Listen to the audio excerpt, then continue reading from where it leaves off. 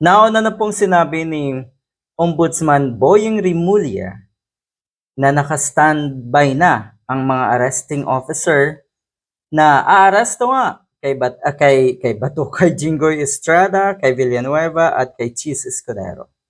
Yun lang. Masaklap. Masaklap. Paano nga ba nagdrama etong si Villanueva?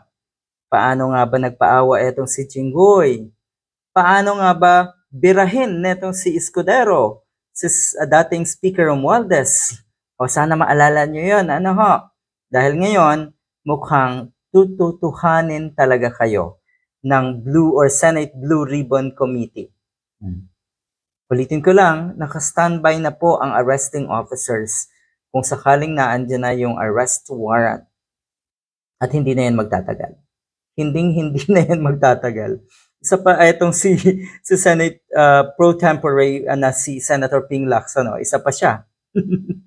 Nanindigan na may dokumento hinggil sa pagtanggap ng kickback sa proyekto nga netong sina Jinggoy, si Villanueva at kasama na rin siguro dito si Chis Escudero. So maganda yan. Dapat talaga yung naninindigan. At talagang ang gusto nyong at talagang pasensyahan dahil ang nailagay na mga naandyan sa pwesto sa Senado katulad ni Senate President Tito Soto at neto nga si Senator Ping Lacson ay may mga paninindigan.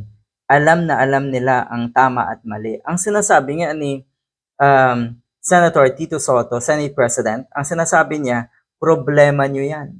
Bahala kayo dyan. Wala akong pakialam sa inyo. Nga naman. Kasi kung ang Senate President halimbawa ay isang maka-Duterte, maka-Sara Duterte, sa tingin ko, wala rin naman yung pakialam sa mga nasa minority ngayon kung sakali. Kaya nako, pasensya na. Buti na lang talaga na napunta sa majority si Senator Kiko Pangilinan at si Senator Bam Aquino pag nagkataon. Ito po ang rekomendasyon, nakasuhan na nga dahil sa 25% kickback netong sina Joel Villanueva at sina Jinggoy Estrada. Matibay, malakas ang ebidensya.